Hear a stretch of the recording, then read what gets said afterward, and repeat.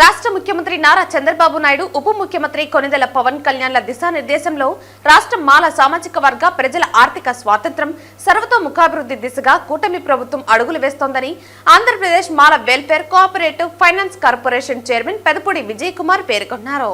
శుక్రవారం టీటీడీసీ జిల్లా సమైక్య సమావేశం నందు Andhra Pradesh Mala welfare cooperative finance corporation chairman, state డైరెక్టర్లు డాక్టర్ యుగంధర్ పొన్న, పి కుమారులతో కలిసి విలేకరుల సమావేశం నిర్వహించారు.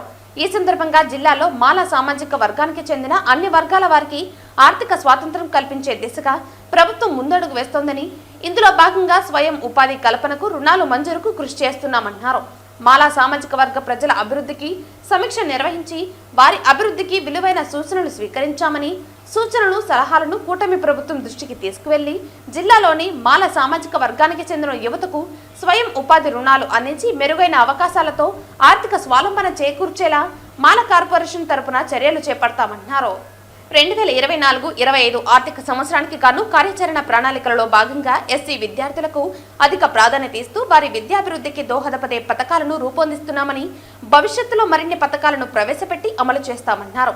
దళితుల పక్షాన నిలిచి పోరాడిన చారిత్రాత్మక పురుషులను గౌరవించడంలో కూటమి ప్రభుత్వం ముందుంటుందని, అందులో భాగంగా డాక్టర్ బాబాసాహెబ్ అంబేద్కర్ పేరుపై డాక్టర్ బాబాసాహెబ్ అంబేద్కర్ విదేశీ విద్యా నిధి పేరుతో పథకాన్ని తిరిగి తీసుకువచ్చిందన్నారు. ఈ విలేకరుల సమావేశంలో జిల్లా సాంఘిక సంక్షేమ శాఖ అధికారి చెన్నయ్య, సంబంధిత శాఖల అధికారులు, నాయకులు పాల్గొన్నారు. ఈ కార్యక్రమం యొక్క ప్రధాన ఉద్దేశం ఈరోజు చిత్తూరు జిల్లాలో ఎస్సీ మాల కార్పొరేషన్ చైర్మన్గా పర్యటన చేపడతా ఉన్నాం.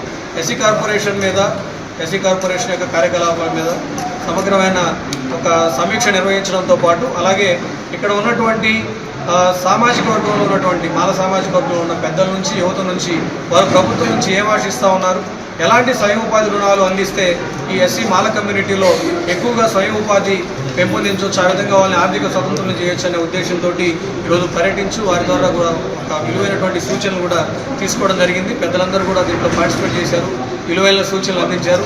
ఆ సూచనలన్నింటినీ కూడా ప్రభుత్వ దృష్టికి తీసుకెళ్లి చిత్తూరు జిల్లాలో ఈ కూటమి ప్రభుత్వం ఆధ్వర్యంలో చిత్తూరు జిల్లాలో ఉన్న మాల సామాజిక వర్గంలో ఉన్న యువత అందరికీ కూడా స్వయం ఉపాధి రుణాలు కల్పించే విధంగా, మెరుగైన అవకాశాలు కల్పించి వారందరినీ కూడా ఆర్థికంగా ఒక మెట్టు పైకెక్కే విధంగా కూడా ప్రభుత్వం తరఫున, కార్పొరేషన్ తరఫున చర్యలు చేపడతామని చెప్పి కూడా మీడియా ముఖంగా తెలియజేస్తా ఉన్నారు.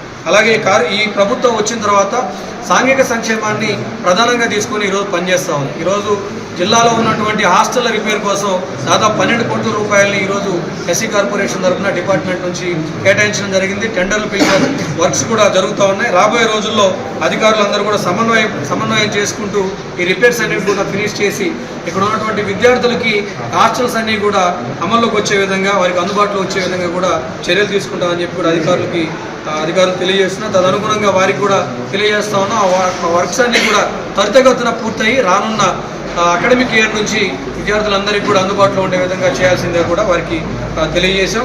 అలాగే పిఎంఏజీవై అంటే ప్రధానమంత్రి ఆదర్శ గ్రామ యోజన కింద కూడా 50% పైగా ఎస్సీ పాపులేషన్ ఉన్న విలేజెస్ని ఆదర్శ గ్రామాలుగా మార్చేటువంటి కేంద్ర ప్రభుత్వం పథకం ద్వారా నిధులు కూడా మన జిల్లాకి కేటాయించడం జరిగింది. ఆ నిధుల ద్వారా కూడా ఎక్కడైతే ఆ పర్టికులర్ హ్యామ్లెట్స్ ఉన్నాయో వాటన్నిటి కూడా వాటిని సెలెక్ట్ చేసి అక్కడ సామాజిక ఆర్థిక అసమానతలు తొలగించడానికి ఏవైతే కార్యక్రమాలు చేయాలో వాటిని కూడా త్వరలోనే చేపడతామని కూడా తెలియజేస్తాం.